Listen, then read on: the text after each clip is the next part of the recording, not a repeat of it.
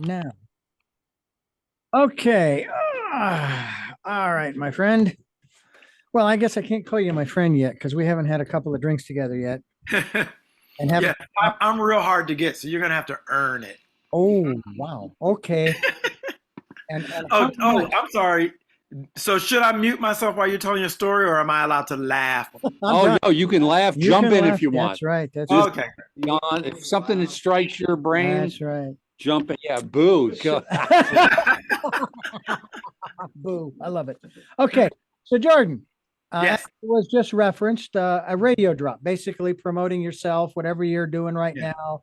So you start out, as Tim said, you introduce yourself. Hi, and I'm promoting this and that and the other thing. And you tag it out with, and you are listening to It's Radio with TV's Tim Stack. Got it. Okay.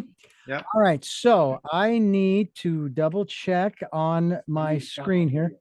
Correct, sir. All right. Very good. And the video is recording. So now we're going to go with the audio, and I will count you down in 3, 2, 1. Hi, I'm Jordan Black from the Black version, and you are listening to It's Radio with TV's Tim Stack. All right. Quit whatever else you're doing. We're going to put you into radio from now on. Okay. You can't do anything else. Perfect. I love it. That's where the money is, right? Yes, exactly. That's where the free money That's is. where the free. Oh, Tim says free money. I didn't know it was free. That's where the experience is. I've been paid all this time. You're paid in experience. I guess so. My God, for 44 years. Camaraderie, I'm paid in. All right. Let's do this bad boy here. Let's get started. Let me move this around. I like to try to have everything all set as we get started. So I'm putting your sounder, your voice. I got to start my radio camera drop again. there. Yeah, put your camera on there. Thank you, sir. Thank you. Thank you. And then we'll do that. Your and cameras, Jeremiah, they always make me look like Trump. Like I'm like, there you go. That's better. That was better. Whatever you just did. Oh my God. Yeah, the difference between you and him is that he's in a courtroom right now and you're not. You did look a little orange. Yeah, I looked like Trump. Okay. I think we're ready to go. All right, kids, stand by. Ladies and gentlemen, as part of the Jeremiah Show, welcome to It's Radio with TV's Tim Stack. Now, here's the host of the show, a man who can tell you why a minister in Victoria, Texas once said, "The devil is in town and his name is Dom DeLuise." It's TV's Tim Stack. Yay! Me again. You're sick of me, but I'm back with another radio show of It's Radio with TV Tim Stack. Anyway, thank you for being here again. And that was a really funny story. My big break, I got me out of waiting tables, was the movie The Best Little Whorehouse in Texas. And I got to be very good friends with Dom DeLuise, who was the greatest guy. He was, and his family's great. And I'd love to have his 3 boys on the show. I'm going to work on that. Because that was just great. And then his wife, Carol, fantastic. So we're in making this movie, and on a Saturday, Dom says, and there was a crew of guys. We were his sound crew. We were his TV crew in the movie, and we all took a liking to each other, and we hung out. And Dom said, let's go see, I want to see the movie Mommy Dearest. So we go to see the movie Mommy Dearest, and we went to like a Wendy's beforehand. We brought like burgers into the movie. And in Victoria, Texas, Mommy Dearest was a very serious biography. But for 5 idiots from Hollywood, Mommy Dearest was a really funny movie. Like, you know, Faye Dunaway was so over the top. And just, I mean, excuse me, it was so funny. And we're laughing. And then we start like throwing cheeseburgers at the screen. And Dom DeLuise is yelling. It's like, oh my, and he's laughing so hard. And so Sunday comes and the day is off on the movie. And Monday we show up and a couple of other people in the cast, not our crew, but some other people, had gone to church on Sunday in Victoria. And the minister's entire sermon was, he was warning his flock that the devil was in town and his name was Dom DeLuise. And Dom DeLuise thought that was the funniest thing he had ever heard. Anyway, that's my story, and I'm sticking to it. I have a wonderful guest with me today. Somebody I think if I lived in LA and not in Santa Barbara, I'd be better friends with because I love everything he does. Anyway, he's a great guy. So give me a little drum roll. My guest has 110 credits on IMDb. That's double me, buddy. He's an actor on Community, The Mindy Project, Mike Tyson Mysteries, then a writer on The New Wonder Years. We'll talk about that. SNL, we'll talk about that. Last Man Standing. But my favorite Jordan Black credit is that he is the creator of a show called The Black Version, which is one of the funniest, best improvised shows ever. That's a very easy, it might be the best improvised show ever.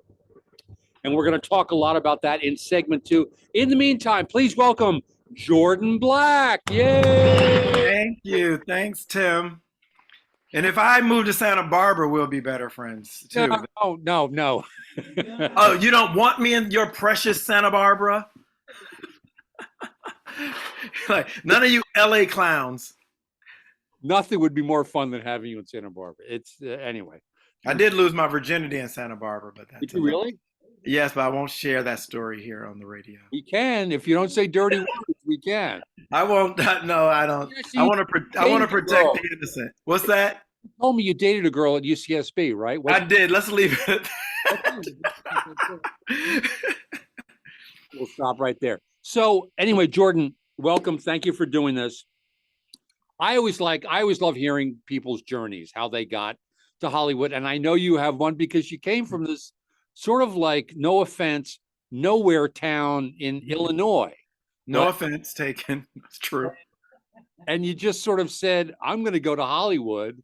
Yes. And you did. Yes, ignorance is bliss. Yeah, there wasn't a lot of training, right? You were just had a vision.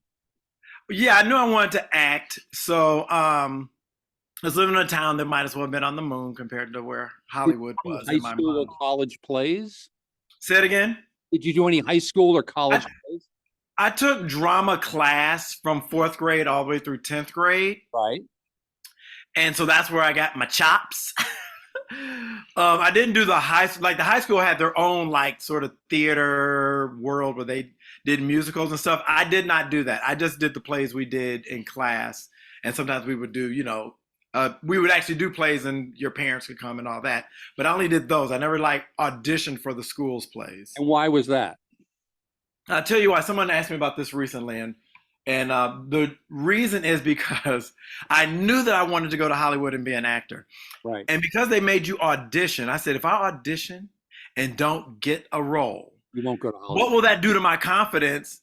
I'd rather be told no by, Hollywood producers than by some English teacher. And then that messed with my confidence. I go, I'm not going. I'm not going to do it. I'm not good enough. If I'm not good enough for Kankakee High School Productions, I won't be good enough in Hollywood. So I just didn't risk I had a lot of confidence and I didn't want to risk it. Right. That's really interesting though. I mean, and it kind of makes sense in a way, because you don't want to be told by Mr. Whatever Smith, the drama teacher, you're not good. Right. Yeah, that makes a lot of sense. I was like, if I'm going to be told I'm not good, it's going to be by somebody who is in the business. Right. Who has at least been paid to do this. So did you leave after high school? I did, right after high school, like a month later. And you came out to LA, you didn't know anybody? I didn't know anybody. I stayed with some family friends who were friends of my mom's who lived out here from our town, but they'd lived out here like maybe more than 10 years. And I stayed with them, got a job. And I worked in a supermarket. Do you remember Boys Market? Yeah, sure. Yeah. That chain. Yeah. So I worked for them, and I was originally a bag boy because I had no skills. So I was a bag boy, and then I became a cashier. Right. And so did you sort of find because I know you're in the Groundlings and I want to talk about that. Is that how you sort of found your career, or did you make other stops first?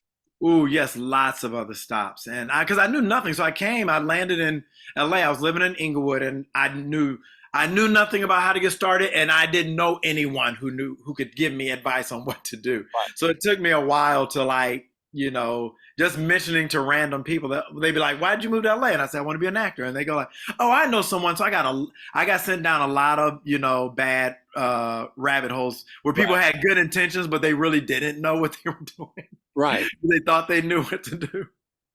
No, I did the same thing. I mean, I literally, when I moved, I was like, I would mail, because that's what we did, or have post. I did that. Mm-hmm. You know, I would, if somebody knew somebody whose neighbor's second cousin's friend, it's like, I didn't care. I didn't care, yes or no. I just did it. Yeah. Well, it sounds like you had a similar track. Yeah, it was. I didn't know anything, and I kept getting sent down the wrong paths constantly, like wasting a lot of time. Yeah. And but I was also growing up. I was 17 when I got here, so I probably needed that time. I know I needed that time. But eventually, I was dating this girl whose father was friends with a writer on A Different World. Oh, okay.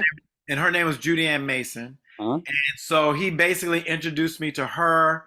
And her husband had a theater company for like teens. And even though I was 20 at the time, I still looked like a teen. So I started doing plays with that company.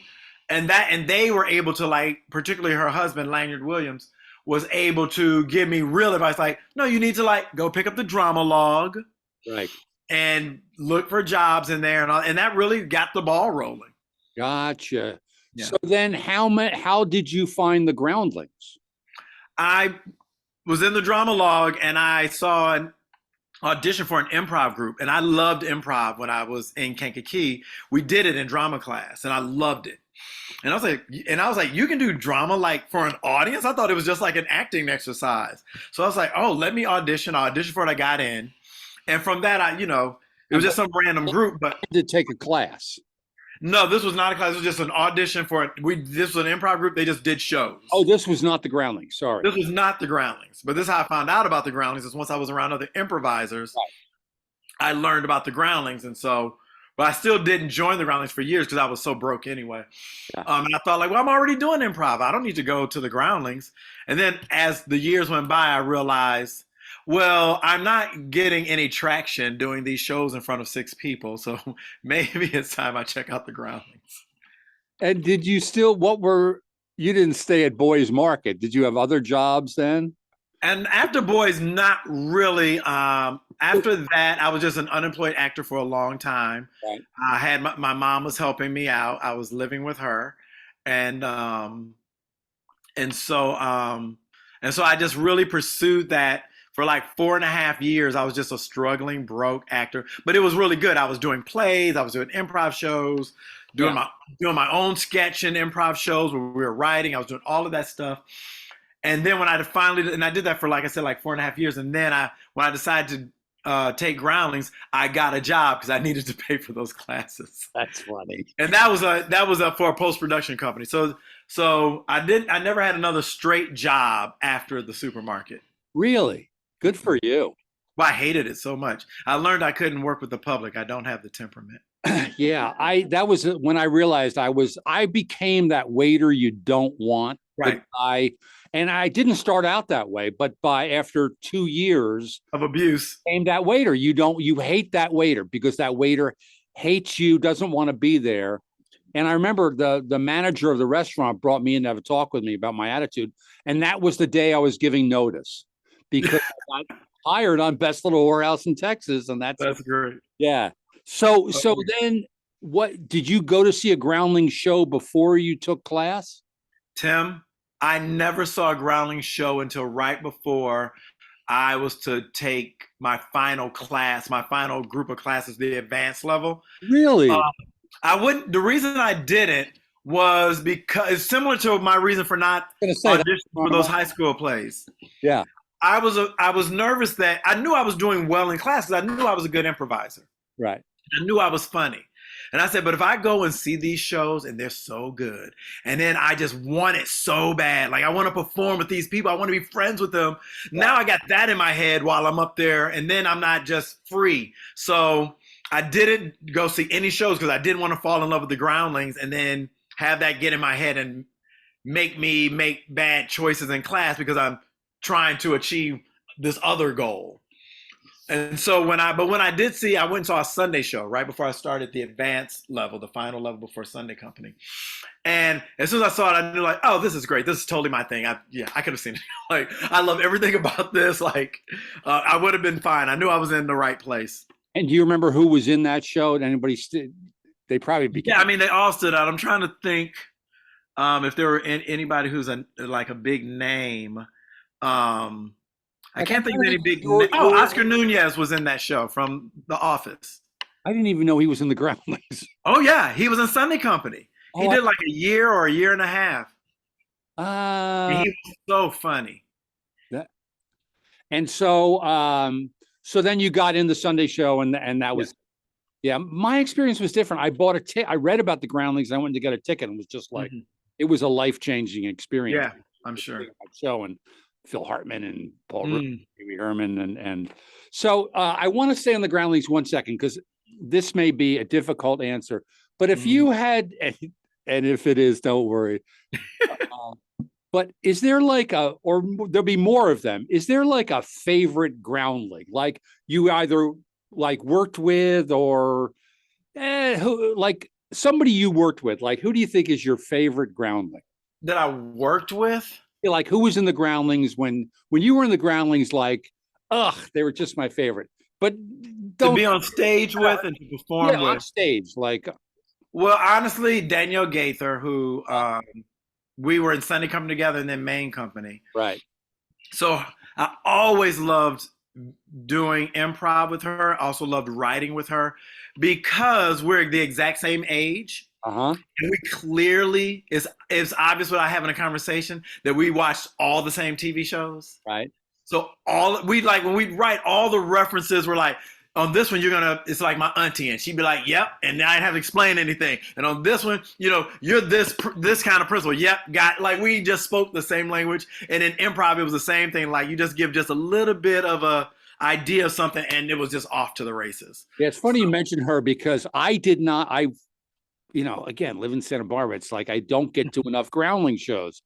And so the first time I came to see the black version, which we're going to talk about in the next segment, I had never seen her before. And I came out of it. There are a lot of people. Gary Anthony Williams, I had worked with on Raising Hope. But I knew Cedric and I people I knew, but I had no idea about her.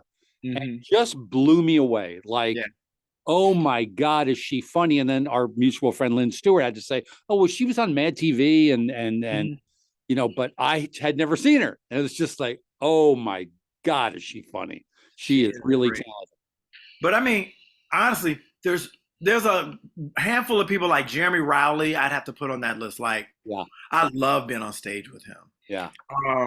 Jim Rash, I love being on stage with. Nobody makes me laugh more than him and Jeremy. Like, it's just, but then like, there's so many of the guys who came before me, like Michael Hitchcock and Tim Bagley, who, I mean, like I can't stop laughing while I'm in the scene with them. Like, and Lynn, I love working with Lynn so much, Lynn Stewart. So it's hard to say a favorite, but from my era, I would say like Danielle, Jeremy, Jim, Mitch Silpa. These are people I had the most fun on stage with. Yeah, they're all so funny, and they're all names that everybody if you don't know the name, you see the faces. Times. My brain always goes to, I don't know if you remember him or met him, a guy named John Paragon, who at the time, Phil Hartman and Paul Rubens and Ian McClurg were like the big stars in TV, but like Paragon within the four walls of the Groundlings, in my time, nobody got like louder laughs, right? Geiger meter on laughs. Paragon just knew how to work that place. You know what I was like? In the four walls of the Groundlings. I did get to meet him once. Yeah. I think it was at one of the reunions. I got to meet him once. He was a legend. Like, I mean, I come in there, you would hear about him. Like, I never got to see him perform. I got to see him perform in a reunion show, but I never got to see him in his day. He's the only guy who could make Phil Hartman crack. Like me, I was like on the Carol Burnett show. I would just turn up stage all the time because I would start laughing. Hartman never did, but Paragon got him twice. I That's great. that he did a bit, and they were both when Hartman did Chick Hazard. And Yeah. anyway, we're going to take our first break. I didn't even get to anything. I did want to ask you your first credit. I'm looking at IMDb, was something called Club Vampire, Mhm. and you played gangster number one. Right. I don't remember it that well. It was back before my Groundlings days when I only got auditions for dramas. Right. And so that was one of those roles. But I love that. You were gangster number one. Yeah. It was sort of like, that's like a Hollywood shuffle bit that you would play. Yeah, 100%. 100%. Yes. Very funny. I played man twice on Trapper John.